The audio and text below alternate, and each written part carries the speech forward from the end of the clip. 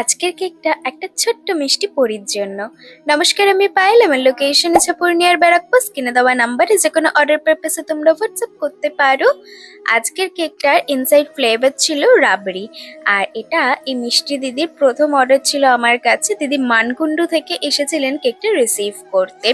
যারা ওপারে থাকো, ওপারে গিয়ে ডেলিভারিটা তো এখনো শুরু হয়নি, তবে নিয়ারেস্ট ঘাট যেটা বাবুঘাট, ভদ্রেশ্বরের এখানে, তো সেই ঘাট ক্রস করে এলে কিন্তু আমি হ্যান্ড টু হ্যান্ড ডেলিভারি দিয়ে দিই।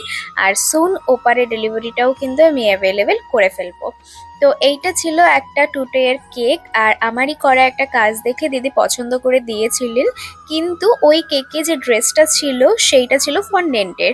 আর দিদির ডিমান্ড ছিল ফন্ডেন্ট না করে পাইলে এটা কি ক্রিমের উপর করা যাবে কোনোভাবে। আমি বললাম ডেফিনেটলি চেষ্টা করাই যায়। তো এই কেকটা আমি যতবার আগে বানিয়েছি ফন্ডেন্টের ড্রেস দিয়েই করেছি। তো আজকে প্রথমবার এটা ক্রিমের উপরে করলাম।